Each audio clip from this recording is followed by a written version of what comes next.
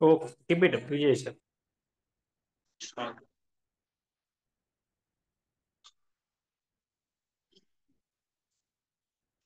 नमस्कार सर्वांना. प्रत्येकदा आज आपण मराठी ग्रामर, मराठी व्याकरणच्या नव्याने आज पुन्हा एकदा एक सेशन घेऊन आलेलो आहोत. बरेच जण जॉईन होत आहेत.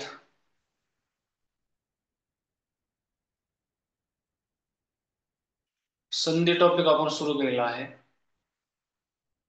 संधी हा टॉपिक पूर्णपणे वर्णमाला टॉपिकवर अवलंबून आहे.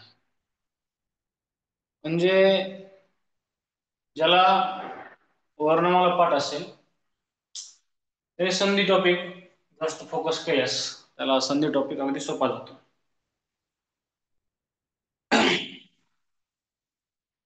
टीईटी ची परीक्षा अगदी बोटावर मोजण्या इतक्या दिवसावर आलेली आहे. टीचर एलिजिबिलिटी टेस्ट सोडवत असताना स्कोरिंग सब्जेक्ट म्हणून आपण मराठी व्याकरणच्या विषयाकडे पाहतो. आपल्याला एक लक्षात घ्यायचंय की मराठी व्याकरणचं ट्रेडिशनल ग्रामर आहे ते साधारणतः 60 ते 70% तुम्हाला परीक्षेमध्ये विचारलं जाणार आहे. म्हणजे आता जे मी बोलतोय त्यात तथ्य आणि सत्य काय आहे थोडस समजून घ्या. 60% ग्रामर ट्रेडिशनल जर आलं तर उर्वरित तुम्हाला शब्दसंग्रहावरती भर द्यावा लागेल बरं का. मग तिथं समानार्थी शब्द असतील, विरुद्धार्थी शब्द असतील, चुकीचे 3 शब्द असतील आणि बरोबर म्हणजे योग्य शब्द ओळखा व्याकरणीय दृष्ट्या, म्हणी असतील, सुविचार असतील, अलंकारिक शब्द असतील, ध्वनिदर्शक शब्द असतील, है ना. या सगळ्या ज्या ग्रामरचे जे काही वेगवेगळे क्वेश्चन्स आहेत त्याच्याकडे सुद्धा तुम्हाला थोडस सेल्फ स्टडी मध्ये बघावं लागेल. बाकी वर्णमाला आहे, भाषा व्याकरण आहे, समास आहे, संधी आहे, अलंकार आहे, प्रयोग आहे, शब्द जाती आहेत, याच्यावर तर परीक्षेत प्रश्न येतच असतात. पण मग शब्दसंग्रहाला डावलून तुम्हाला स्कोरिंग मध्ये आपल्याला मराठीला पुढे नेता येणार नाही. मग तुम्हाला थोडस एक्स्ट्रा वाचन करावं लागेल शब्दसंग्रहावरती. संधी काल आपण बरीचशी घेतल्या होत्या. याच्यामध्ये आपण दीर्घत्व संधी घेतलं, गुणादेश घेतला, काल प्रत्यादेश घेतला होता आणि कालच्या शेवटच्या टप्प्यामध्ये आपण यनादेश संधी घेतली होती. यावेळेस ह्रस्व म्हणजे ह्रस्व येईल किंवा दीर्घ येईल, ह्रस्व उ किंवा दीर्घ उ, रू यांच्या पुढे जर विजातीय स्वर आला, यांच्या पुढे जर विजातीय स्वर आला है ना, यांच्या पुढे जर विजातीय स्वर आला तर ह्यांची जागा कोण कोण घेणार आहे ते लक्षात ठेवा. ह्रस्व ई दीर्घ ई जागा कोण घेणार आहे? काल आपण घेतलं होतं ह्रस्व ई आणि दीर्घ ई जागा कोण घेणार आहे? य घेणार आहे. याचा पाय मोडलाय तो पुढच्या वर्णामध्ये मिसळतो. ह्रस्व दीर्घ ची जागा व घेणार आहे, रुची जागा र घेणार आहे. फॉर एक्झाम्पल एक उदाहरण घेऊया. आता जर आपण असं म्हणलं की ह्रस्व ईच्या पुढे जर आ आला असेल, ठीक आहे, ह्रस्व ईच्या पुढे जर आ आला असेल म्हणजे दोन्ही स्वर आता विजातीय स्वर झाले एकमेकांचे, तर ह्रस्व ईची जागा कोण घेणार आहे? य घेणार आहे. आणि या य मध्ये याच्या पुढचा कोण आहे? आ आहे. म्हणजे हा आ अधिक करावा लागेल आणि आपल्याला य अधिक आ बरोबर या करावं लागेल आणि याने 2 शब्दांना जोडावं लागेल. ओके. फॉर एक्झाम्पल बघा, जर उदाहरण असं आलं अति अधिक आचार, आता काय होईल बघा, ह्रस्व ई आले पहिल्या शब्दाचा शेवटचा वर्ण हे निघून जाईल, आ आले हे निघून जाईल. मग ईची जागा कोण घेणार आहे? ईची जागा कोण घेणार आहे ते बघूया. य घेणार आहे.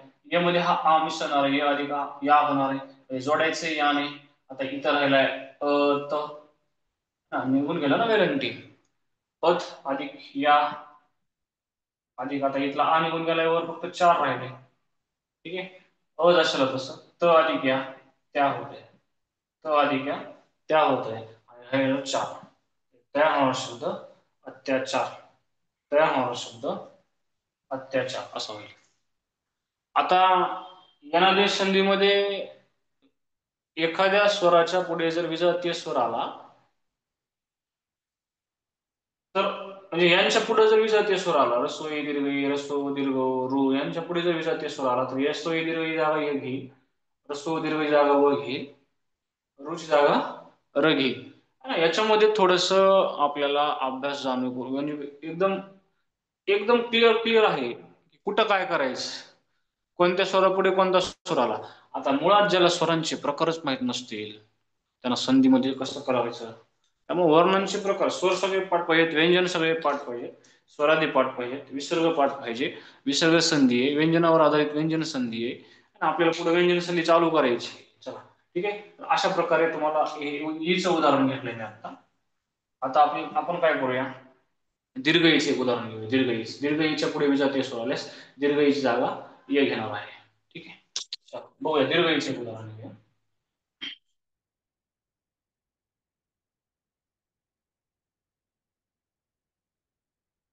दीर्घईच्या पुढे जर विजातीय स्वर आला दीर्घ ईच्या पुढे जर विजातीय स्वर आला तर दीर्घ ईची जागा कोण घेणार आहे दीर्घ ईची जागा कोण घेणार आहे य घेणार आहे. ठीक आहे डबल एकदा सांगितलं बेसिक. ठीक आहे चल बघा किती किती अधिक किती अधिक एक बघा उदाहरण बार काही ना बघा पहिल्या शब्दाचा शेवटचा वर्ण रसोई आहे. एक मिनिट कितीला तला दुसरी वेलांटी द्यावं लागेल ना दीर्घ ई आहे ना तला दुसरी वेलांटी. आता पहिल्या शब्दाचा शेवटचा वर्ण दीर्घ ई आलाय दुसऱ्या शब्दाचा पहिला वर्ण ए आलाय ईची जागा य घेणार आहे या मध्ये हा ए मिसळणार आहे य अधिक ए कळालं का ये कसं होईल कळालं का य मध्ये ए मिसळला ये होणार आहे नाही ज्या व्यंजनामध्ये ए मिसळते त्याच्यावरती एक मात्रा येतो है ना आय मिसळले की दोन मात्रा येतात ए आणि आय याच्यामध्ये फरक आहे. आता इथे वेलांटी निघून गेली इथला ए निघून गेला तर वर राहिले कित अधिक ए ने जोडायचे दोघांना ए अधिक वर राहिले क. ठीक आहे की कशाला तसं त अधिक ए त अधिक ए बरोबर हा ते असं होते म्हणजे इथं त अधिक ए ते पुढचा आहे क तयार होणारा शब्द कित्येक तयार होणारा शब्द कित्येक. ओके रसोई दीर्घ ही दोन्ही उदाहरणं आपण घेतले. रसोई दीर्घ विजातीय स्वर आल्यावर त्यांच्या पुढं दोन्ही उदाहरणं घेतले. रस्व आणि दीर्घची एक एक घेऊया रुचा एक घेऊया. ठीक आहे या आदेश संधीमध्ये आपल्याला थोडस समजून घ्यावं लागेल.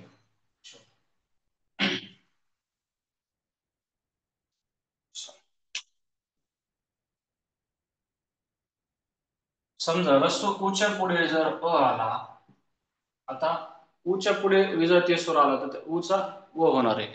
ठीक आहे तर उचा व होईल आणि उच्या ऐवजी आलेल्या व मध्ये हा अ मिसळेल म्हणजे व अधिक अ बरोबर व. आता या व चा पाय मोडायची गरज नाही म्हणजे ह्याच्यामध्ये स्वर आहे ऑलरेडी. ठीक आहे ते समजून घ्यावं लागेल. बघा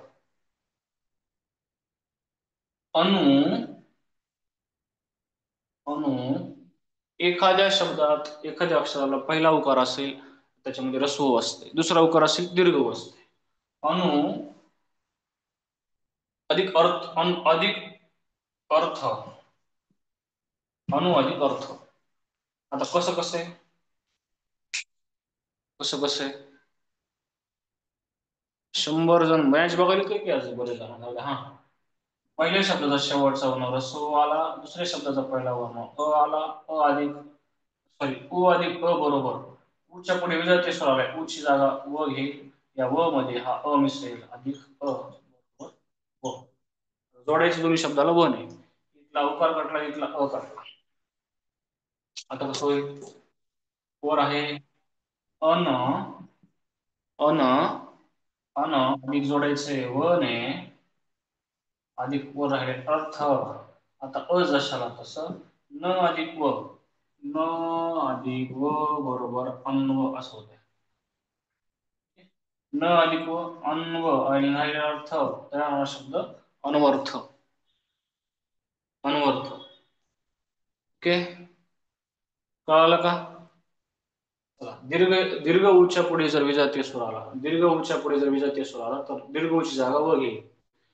दीर्घ उचं उदाहरण घेऊया आपण. चलो, दीर्घ उच्या पुढे जर दीर्घ ई आला तर दीर्घ उची जागा व घेईल.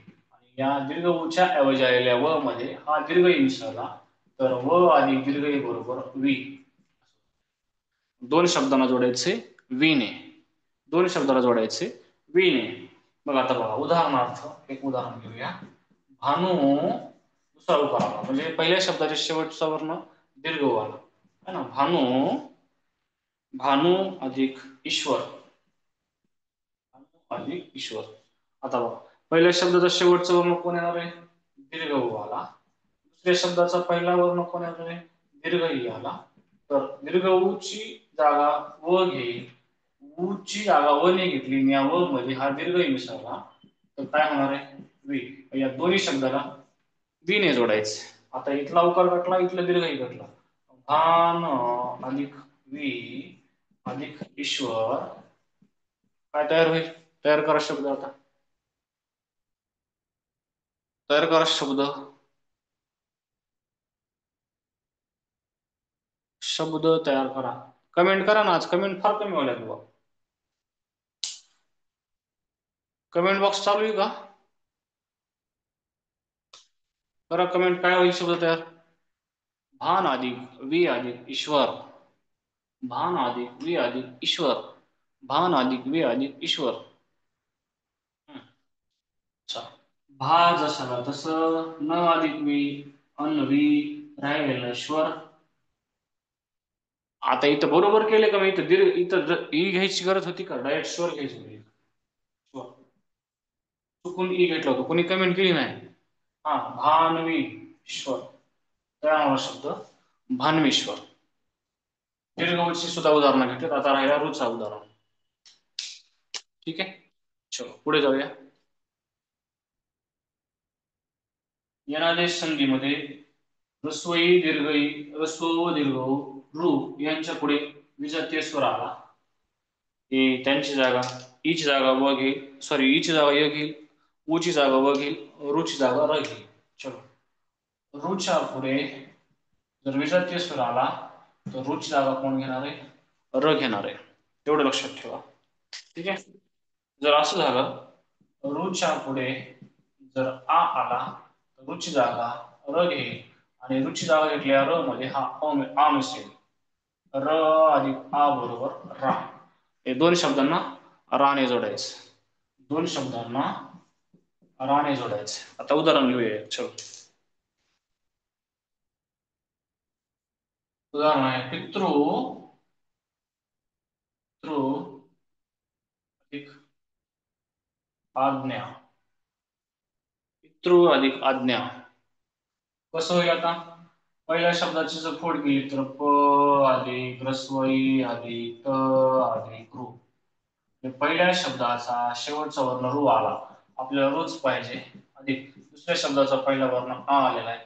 रूच्या पुढे विजातीय स्वर आलाय, रूची जागा कोण घेणार आहे? र घेणार आहे. आणि रूची जागा र ने घेतली, या र मध्ये हा आ मिसळणार आहे. म्हणजे जोडायचं आपल्याला राणे. र अधिक आ बरोबर रा, र अधिक आ बरोबर रा. आता इथला रू कटला, इथला आ कटला, वर आहे पित अधिक राणे जोडायचं. तचा पाय मोडायचा आहे, अधिक राहिल्यावरती ज्ञा. आता थोडस लक्ष द्या, त्र हे जोड अक्षर आहे. ती जशाला तसं त अधिक रा, त अधिक रा बरोबर त्रा होतोय आणि म्हणून आपण डायरेक्ट त्रा करायचं, राहिले ज्ञा. त्या हा शब्द पित्राज्ञा. आता त अधिक रा त्रा कसं होतंय हे जोड अक्षर टॉपिक मध्ये शिकवलंय. कळालं का रे मित्रांनो? कळालं का? त्रा कसं तयार झालं कळालं का? त अधिक रा बरोबर त्रा. पित्राज्ञा. आता पित्राज्ञा शब्दाची फोड करा म्हणलं की करता आली पाहिजे. करा बरं फोड पित्राज्ञा शब्दाची. पित्राज्ञा शब्दाची फोड करा. पित्राज्ञा शब्दाची फोड करा. काय होईल? प अधिक रस्वई अधिक त अधिक र अधिक आ अधिक न अधिक द अधिक न अधिक आ. एक्झॅक्ट फोड करा बघूया. एकाने तरी कमेंट करा. एक जण तरी कमेंट करा. पित्राज्ञा शब्दाची फोड कशी होते? पित्राज्ञा शब्दाची फोड कशी होते?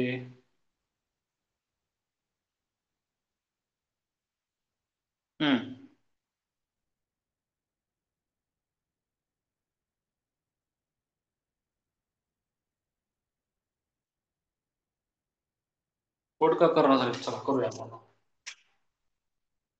जयश्री मॅडम तशी नाही, वर्णांची फोड करायची, वर्णांची. आणि तुम्ही जी केली ना पित्र अधिक आज्ञा, ही फोड होत नाही याची. याची दिली ना आपण पितृ अधिक आज्ञा, असा चकवा खातो बघा आपण. पितृ अधिक आज्ञा या शब्दापासून पित्राज्ञा शब्द बनलेला आहे. कळलं का? पित्राज्ञा शब्द कोणत्या दोन शब्दांपासून बनलाय म्हणलं की पहिल्यांदा काय करायचं माहिती का? पित्र अधिक आज्ञा याला गोल करतो, राईट कर त्याला. चुकतं हे उत्तर. पितृ अधिक आज्ञा, रुच्या पुढे आ आलाय, रुच्या पुढे विजातीय स्वर आलाय, रुची जागा र घेते, र मध्ये आ मिसळते, र अधिक आ, त अधिक रा त्रा. कारण त्र हे जोडाक्षर आहे. त्र हे जोडाक्षर आहे. त अधिक र अधिक अ अशी याची फोड होती. त अधिक र अधिक अ. याला काना असेल तर त अधिक र अधिक आ. आलं का? चलो फोड करूया. प अधिक रस्वई अधिक त अधिक र अधिक आ अधिक द अधिक न अधिक आ. द अधिक न अधिक ज्ञा. द अधिक न अधिक य अधिक आ. अशी फोड होती याची. तर नियम कसा तयार झालाय? द अधिक द अधिक न अधिक य बरोबर ज्ञ. कळलं का? न्य जोडाक्षरे, त्र जोडाक्षर आहे. त अधिक र अधिक आ, द अधिक न अधिक य अधिक आ. व्यंजन व्यंजन व्यंजन स्वर जोडाक्षर.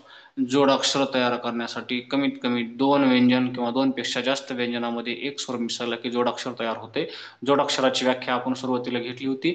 जोडाक्षराच्या बाबतीमध्ये फोड करता आली पाहिजे, कारण ज्यावेळेस संधियुक्त शब्द दिला जातो त्यावेळेस परीक्षेमध्ये तुम्हाला जास्तीत जास्त हे जोडाक्षरावर आधारित असलेले प्रश्न विचारले जातात. त्यामुळे जोडाक्षर कसं तयार होतंय, व्यंजनामध्ये स्वर कसा मिसळलाय, किती व्यंजनामध्ये स्वर मिसळलाय, दोन पेक्षा जास्त व्यंजनामध्ये जर स्वर मिसळला असेल तर जोडाक्षर असते, जोडाक्षर. कळालं का? कळालं का इथपर्यंत? बघा, दीर्घत्व संधी बघितली, दीर्घत्व संधी.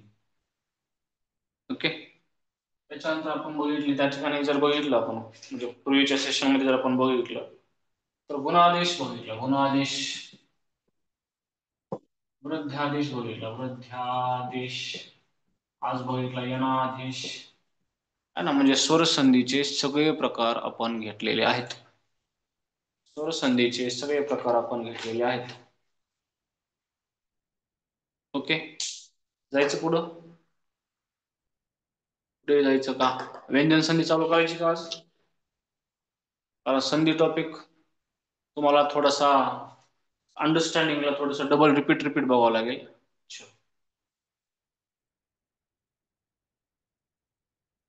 व्यंजन संधी शिकण्यासाठी व्यंजन पाठ पाहिजे. व्यंजन संधी शिकण्यासाठी व्यंजन पाठ पाहिजे. थोडस व्यंजनावरती रिपिटेशन करूया आपण. ठीक आहे. एकूण व्यंजन आहेत 34. एकूण व्यंजन आहेत 34. एक मायनस जर केला द्रविडियन वर्ण, द्रविडियन वर्ण तर संस्कृत मधून मराठीत आलेले 33 व्यंजन आहेत. 33 व्यंजन आहेत. हा द्रविडियन भाषेतून आलेला आहे. रिव्हिजनला वेळ मिळेल. ओके, चलो थोडस पुढे जाऊया. व्यंजनांची सगळी माहिती घेऊया आपण आता. ज्या वर्णांचा उच्चार करताना पूर्ण होत नाही त्यांना स्वरांचं सहाय्य घ्यावं लागतंय. व्यंजनांना अक्षरत्व मिळवण्यासाठी स्वरांचं सहाय्य घ्यावं लागते म्हणून त्याला स्वरांत म्हणतात. व्यंजनांचा उच्चार करताना जीभ मुखातल्या वेगवेगळ्या अवयवांना स्पर्श करते आणि म्हणून त्यांना त्या ठिकाणी जर आपण बघितलं तर व्यंजने परवर्ण म्हटलं जाते. त्यांचा पाय मोडून लिहिलं जाते म्हणून त्यांना हल म्हटलं जाते. आहे की नाही. व्यंजनांना अक्षरत्वासाठी स्वरांवर डिपेंड राहावं लागतंय. ज्या वर्णांचा उच्चार करताना जीभ मुखातील वेगवेगळ्या अवयवांना स्पर्श करते व वर्णांचा उच्चार होतो त्या वर्णांना व्यंजन म्हणतात. एकूण 34 व्यंजने आहेत ते आपण लिहूया. व्यंजने पाठ करूया, बघूया. 5 मिनिट लावू द्या वेळ. परंतु व्यंजन संधी शिकायची असेल तर व्यंजन पाठ पाहिजे. ओके. व्यंजन संधी शिकायची असेल तर सगळ्यांना व्यंजन पाठ पाहिजे. चला व्यंजन डबल एकदा लिहितो. ख ग घ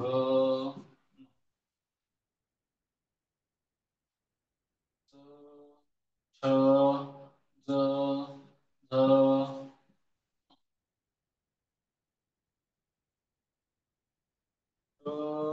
ठ ड ढ न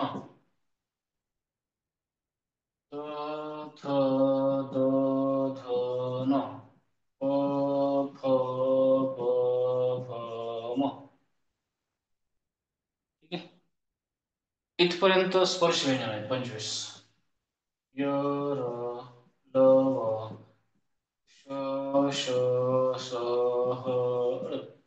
मोजा आता. त्यातले हे 25 लोक जे आहेत त्यांना आपण स्पर्श व्यंजने म्हणतो. स्पर्श व्यंजने. आत्ता जेवढे लाईव्ह आहेत ना सगळ्यांनी याचा स्क्रीनशॉट काढून ठेवा. कारण व्यंजन संधी चालू केल्यावर या स्पर्श व्यंजनावरती सगळे नियम आहेत जवळपास. त्यातल्या पहिल्या 2 पंक्ती जर आपण बघितल्या तर कठोर आहेत. पुढच्या 2 पंक्ती मृदू आहेत. शेवटची पंगत आहे अनुनासिक. अनुनासिक. प्रथम व्यंजन आहेत हे, द्वितीय व्यंजन आहेत हे, तृतीय व्यंजन आहेत हे, चौथे व्यंजन हे आणि 5वे व्यंजन हे. वर्गीय व्यंजन म्हणतात त्याला. प्रथम व्यंजन म्हटलं की क च ट च प. द्वितीय व्यंजन म्हणलं की क छ ठ थ फ. तृतीय व्यंजन म्हणलं की ग ज ड द ब. हे बेसिक बरं का. ह्याला जर तुम्ही नाही लक्षात घेतलं तर व्यंजन संधी समजत नाही. व्यंजन संधी शिकायची असेल तर व्यंजन पाठ पाहिजे. आणि हे डबल डबल कुठलाच मास्तर शिकवत नाही. का माहितीये का? शिकवलेले म्हणते वर्णमालेमध्ये. आणि संधी शिकायची म्हणल्यावर हे बेसिक नसतं, विसरून जातात लगेच. प्रथम व्यंजन कोण आहे, प्रथम व्यंजनाची जागा कोणी घेतली, तृतीय व्यंजनामध्ये कोण कोण यायलंय हे पाठ पाहिजे. म्हणजे जसं आपण एखादं शर्ट किंवा एखादा कपडा धुतल्यावर एकदम पिळून काढतो ना त्याला आपण पाणी सगळं, तसं वर्णमाला अशी पिळून काढली पाहिजे तर संधी समजते. ओके. व्यंजन संधीकडे जाऊया. हे बेसिक आहे. ज्यांना माहित नाहीत व्यंजन त्यांनी स्क्रीनशॉट काढून ठेवा. प्रथम व्यंजन आहे, द्वितीय व्यंजन आहे, तृतीय व्यंजन आहे, चतुर्थ व्यंजन आहे, 5वे व्यंजन आहे. या 5व्या मालिकेला आपण अनुनासिक म्हणतो. स्पर्श व्यंजन आहेत 25. ज्याला बॉक्स केले ते स्पर्श व्यंजन आहेत. हे 4 जर आपण बघितले तर अर्धस्वर आहे.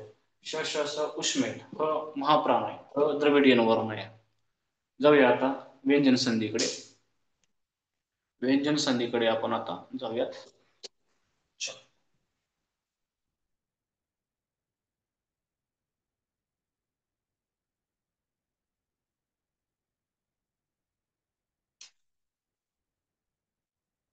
व्यंजन संधी बरोबर व्यंजन अधिक व्यंजन किंवा सूत्रे व्यंजन संधीच. व्यंजन संधी जर ओळखायची असेल तर पहिल्या शब्दाचा शेवटचा वर्ण व्यंजन असतो आणि त्याचा पाय मोडलेला असतो. उदाहरणार्थ समजा शब्द आहे विपद अधिक काल.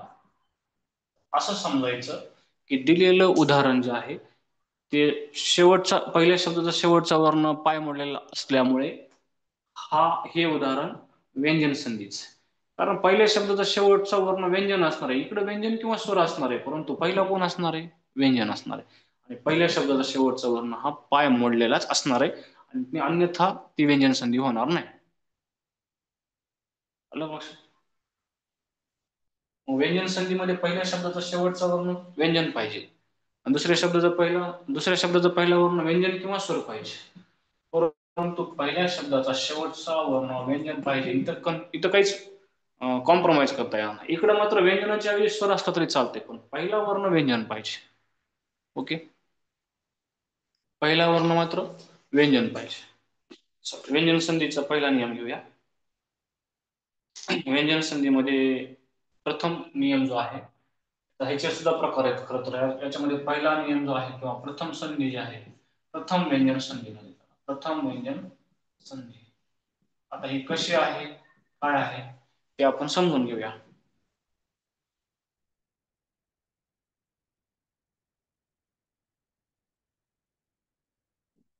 थोडस समजून घेऊया. बघा, मगाशी आपण अनुनासिक घेतले होते, स्पर्श व्यंजन घेतले होते आता. तर पहिला नियम काय सांगते प्रथम व्यंजन संधीचा?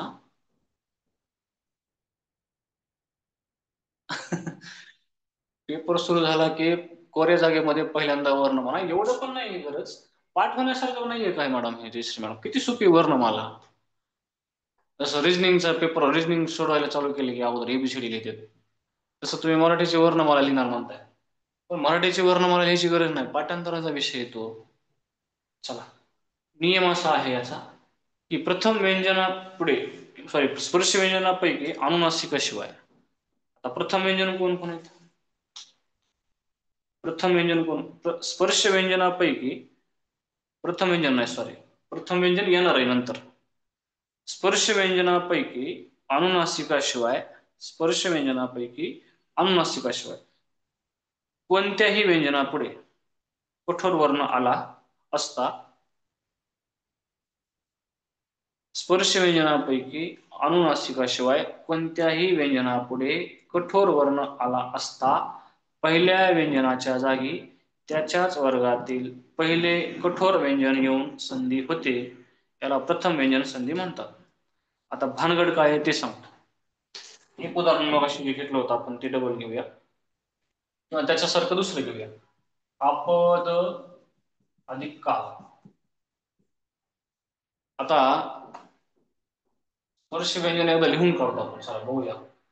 लिहूया क ख ग घ, हे राहूनच देऊ आपण. व्यंजन संधी उस्तर लिहूनच टाकू.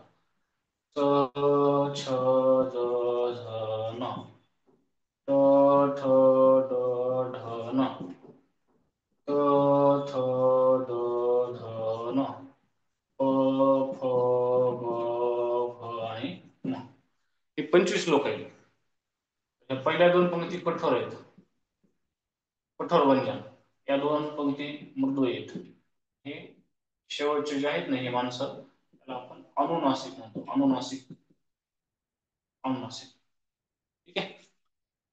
नियम काय सांगते व्यवस्थित लक्षात ठेवा. स्पर्श व्यंजनापैकी अनुनासिकाशिवाय कोणत्याही व्यंजनापुढे, म्हणजे पहिल्या शब्दाचा शेवटचा वर्ण स्पर्श व्यंजन पाहिजे, अनुनासिक सोडून. पहिल्या शब्दाचा शेवटचा वर्ण स्पर्श व्यंजन पाहिजे, अनुनासिक सोडून. आणि त्याच्या पुढचा वर्ण हा कठोर वर्ण पाहिजे, म्हणजे पहिल्या दोन पंक्तीमधला पाहिजे. आता पहिल्या शब्दाचा शेवटचा वर्ण द आलाय, त्याच्या पुढे क आलाय. द ची जागा कोणी घ्यायची? द च्या गटातल्या पहिल्या पहिल्या वर्णाने घ्यायची. आता द कुठे? त थ द. द च्या गटातला पहिला वर्ण द ची जागा घ्यायची, म्हणजे त येईल इथं. अधिक हा क त्याच्यामध्ये मिसळेल आणि मग त अधिक क बरोबर त होईल. समजलं का? समजे हो क्या? पाय मागा लागेल. हा, समजलं का? समजलं का बाबा? मग आता तयार करूया. हा, द कटलं, का कटलं. इथं कान आहे तो ह्याच्या पुढे येणार आहे. हा, आ प अधिक त अधिक क, क कानाचा शब्द सहित खाली आहे, वर राहिलेलं तयार होणारा शब्द आपत्काल. तयार होणारा शब्द आपत्काल. नियम डबल सांगतो सोप्या भाषेमध्ये. या संधीमध्ये, प्रथम व्यंजन संधीमध्ये होतंय काय? पहिला जो वर्ण येणार आहे संधी होण्यासाठी, तो अनुनासिक सोडून स्पर्श व्यंजनापैकी कुठलाही असणार आहे. द आलाय. दुसरा वर्ण जो असणार आहे तो पहिल्या दोन पंक्तीपैकी पहिला असणार आहे, कठोर वर्ण. लक्षात जसं इथं क आलाय. तर अशा कंडिशन मध्ये पहिल्या वर्णाची जागा जी आहे, पहिल्या वर्णाची जागा जी आहे त्याच्या गटातल्या प्रथम व्यंजनाने घेतली. म्हणजे द ची जागा कोणी घेतली? त ने. आणि त मध्ये हा क मिसळला म्हणजे त अधिक क बरोबर क होणार आहे. दोन्ही शब्दाला कशाने जोडायचे? क ने जोडायचे. द निघाला, क निघाला, खाली आलाय तो. आप त अधिक क, आपत क, क ला हा काना अधिक केला, आपत्का राहिलेला ल, तयार होणार शब्द आपत्काल. अशा प्रकारे शब्द तयार होतो. याला म्हणायचं प्रथम व्यंजन संधी. व्यंजन संधीमध्ये व्यंजन पाठ पाहिजेत, त्यात स्पर्श व्यंजन पाठ पाहिजेत, आणि त्यात कठोर व्यंजन कोणते आणि मृदू व्यंजन कोणते ते पाठ पाहिजे. थोडस अंडरस्टँडिंगला जर अडचण आली असेल तर मी हे उदाहरण डबल सांगतो. हा जो नियम आहे हा डबल सांगतो मी, ठीक आहे, काही काळजी करू नका, डबल सांगतो. चलो डबल सांगतो. इकडे बघा, पहिल्या दोन पंक्ती कठोर आहे, दुसऱ्या दोन पंक्ती मृदू आहेत, शेवटची पंक्ती अनुनासिक आहे, याला स्पर्श व्यंजने म्हणतात. आणि स्पर्श व्यंजनाच्या आधारे व्यंजन संधीतले वेगवेगळे नियम आपल्याला शिकायचे. त्यात पहिला नियम शिकायचा प्रथम व्यंजन संधीचा. संधी होण्यासाठी पहिल्या शब्दाचा शेवटचा वर्ण लागतो आणि दुसऱ्या शब्दाचा पहिला वर्ण लागतो. बघा, शरद अधिक काल असा शब्द आलाय. नियम काय सांगते प्रथम व्यंजन संधीचा? की पहिला जो वर्ण येणार आहे तो स्पर्श व्यंजन येणार आहे, पण कोण सोडून? अनुनासिक सोडून. आता इथं आलाय द. हो, डबल सांग, तेच सांगतोय मॅडम. पहिला जो वर्ण येणार आहे तो स्पर्श व्यंजन असणार आहे अनुनासिक सोडून. तर इथं आलाय द, हा स्पर्श व्यंजन आहे. आणि दुसरा वर्ण जो आहे तो कठोर व्यंजन पाहिजे किंवा कठोर वर्ण पाहिजे. आता पहिल्या दोन पंक्तीपैकी आहे का? हा तर आहे. क घ्या खाली. हा, तर आता ह्याची जागा कोण घेणार आहे? या व्यंजनाची जागा कोण घेणार आहे? ह्याच्या गटातला प्रथम व्यंजन. द च्या गटातलं प्रथम व्यंजन कोण आहे? त. त मध्ये हा क ऍड करा. काय होणार आहे? क, त अधिक क, क. आता जोडायचे क नाही दोघांना. आता शरदचा द खाली आलाय म्हणजे वर राहिलं फक्त शर. ठीक आहे, शर. आणि हा क घेऊया आपण, क. याचा काना ह्याला घ्यायचा, राहिलं ल. तयार होणार शब्द शरदकाल. तयार होणार शब्द शरदकाल, शरदकाल. क्षुत्पिपासा या शब्दाची फोड करून सांगा सर. क्षुत्पिपासा हा शब्द घेतला होता ना वर्णमालेमध्ये, घेऊया आपण, चालतंय. प्रश्न विचारलाय ना, परंतु ह्याची लिंक तुटू देऊ नका. क्षुत्पिपासाची फोड केल्याशिवाय सेशन सोडणार नाही मी. हा, बंद करा, घेऊया आपण शेवटी. चलो, घ्यायचं काही उदाहरण तुम्ही करून दाखवा आता या प्रथम व्यंजन संधीच. नेहा पाटील मॅडम म्हणतात तुमचा आवाज अटकलाय. आवाज येणार का माझा? Hello hello hello, mike check. आवाज यायलाय का माझा? माझा आवाज येत आहे का? मॅडम तुमच्या मोबाईलचा थोडस स्पीकरचा आवाज वाढवा. ओके, चलो एक उदाहरण देतो, तुम्ही करून दाखवा.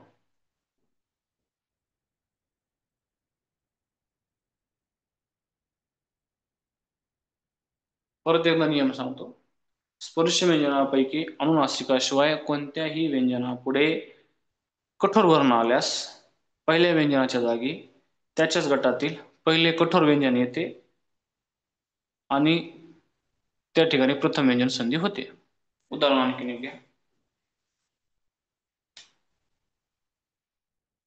शुद्ध अधिक पिपासा. करा बरं आता एकत्र याला. आता जे सांगलेल्या नियमाप्रमाणे पहिल्या शब्दाचा शेवटचा वर्ण स्पर्श व्यंजन आहे अनुनासिक सोडून. पहिल्या शब्दाचा शेवटचा वर्ण स्पर्श व्यंजन आहे अनुनासिक सोडून. पहिल्या शब्दाचा शेवटचा वर्ण आहे ध आणि त्याच्या पुढे आलाय कठोर वर्ण प.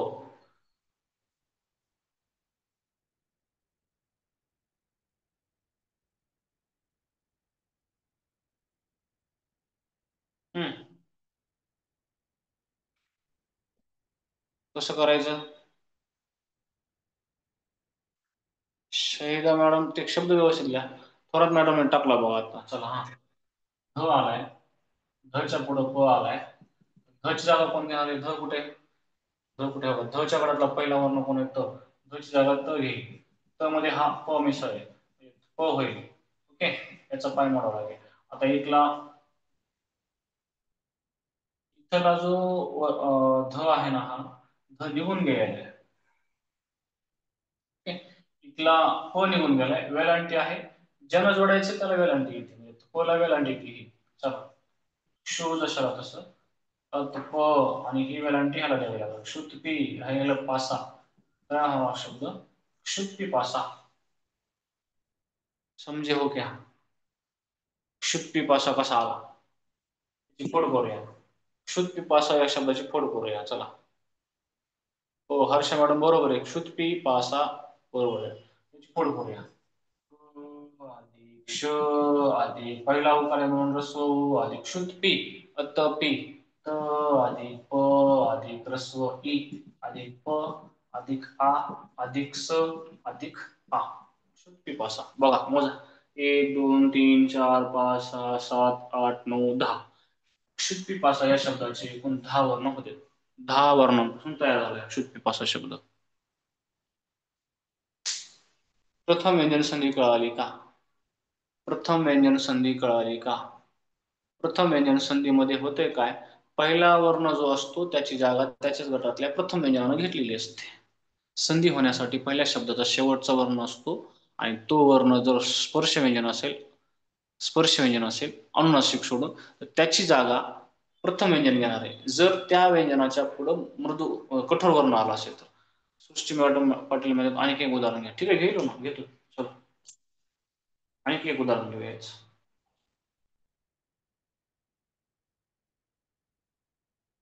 म्हणजे संधी तुम्हाला प्रॅक्टिस करावं लागतं. येतो प्रॅक्टिस शिवाय पर्याय नाही. ठीक आहे, चला. वाघ अधिक ताडण. बघा आता कसं कसं आहे. हा चार्ट लक्षात ठेवा. हा चार्ट लक्षात ठेवा. हे जर पाठ नसेल तर इकडे काहीच कळत नाही. पहिल्या शब्दाचा शेवटचा वर्ण आलाय, पहिल्या शब्दाचा शेवटचा वर्ण आलाय ग, पुढे आलाय त, त आलाय म्हणजे कठोर वर्ण आहे. सर परीक्षित शब्दात काय कमेंट बघितली नाही मी. कमेंट काय केली आहे कोणतरी? मोठी कमेंट आहे. सर परीक्षेत शब्दात एकूण वर्ण असतील असा प्रश्न विचारला जातो का? विचारला जातो 100%. शुभदा शुभदा मॅडम, हा प्रश्न येतो परीक्षेमध्ये 100%. 1001% येतो. चला हा, ग च्या पुढे त आलाय. ग हा स्पर्श व्यंजन आहे अनुनासिक सोडून, आणि त्याच्या पुढे त आलाय म्हणजे कठोर वर्ण आलाय. तर ग ची जागा त्याच्या गटातला प्रथम वर्ण येईल. ग कुठे? ग च्या ऐवजी कोण येणार आहे? क येणार आहे. क आला. क मध्ये हा त मिसळणार आहे. क अधिक त बरोबर त असं होतंय. दोन्ही शब्दाला त नाही जोडायचं. ग कटला, ग कटला, त कटला, ह्याचा काना त्याला येणार आहे. व जशाला तसं खाली घ्या. तर याचा काना याला त्या वागता राहिले डन, त्या हा शब्द वागताड. कळाले का? समजले का? आणखी एक उदाहरण घेऊ? आणखी एक उदाहरण घेऊ का? चला, आणखी एक उदाहरण घ्या. तुम्ही करा कमेंट मध्ये. जसं मी केलं ना तसं टाका. कशी कशी फोड होती, कोणत्या वर्णाने जोडायचंय दोघाला. बघा ना, आता इथं ग घेतला, त घेतला, ग चा क झाला, क मध्ये हा त मिसळला, त झालं. दोन्ही शब्दाला त ने जोडायचंय. ह्याचा काना ह्याला दिला, वाक्ता झालं. ठीक आहे, घ्या एक उदाहरण. तुम्ही कमेंट मध्ये करून दाखवा बरं. वाघ अधिक पती.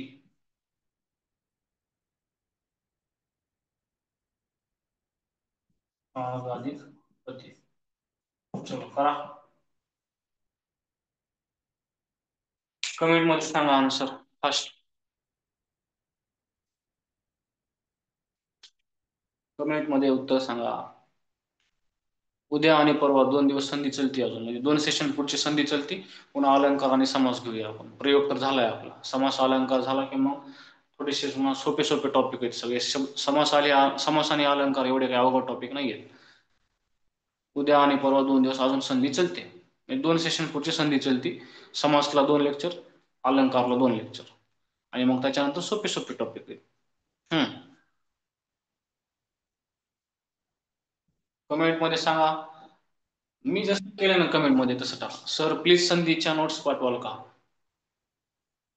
हा ठीक आहे ना, संधी मी टाकतो PDF त्याची, वाटलं तर काय एवढं काय अवघड नाही.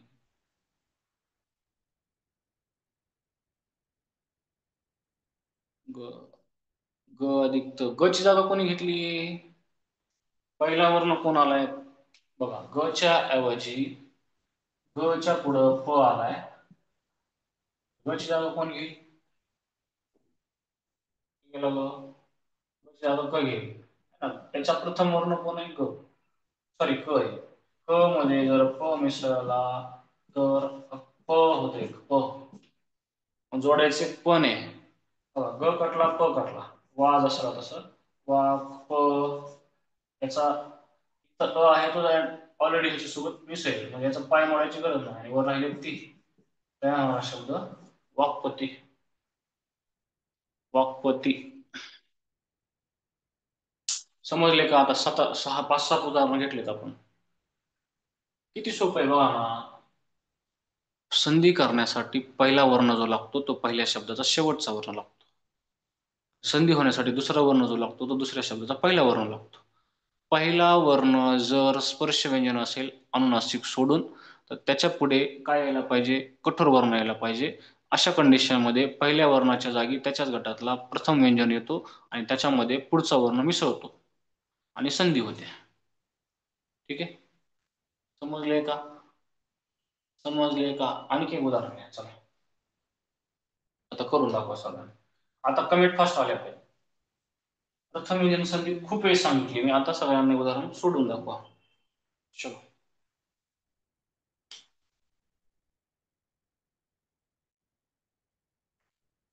षड अधिक शास्त्र. ड आलाय बा पहिला वर्ण. पहिला वर्ण ड आलाय, म्हणजे पहिल्या शब्दाचा शेवटचा वर्ण ड आलाय. ड अधिक पुढे आलाय श. ड ची जागा कोणी घेईल? ड च्या पुढे कोण आलाय?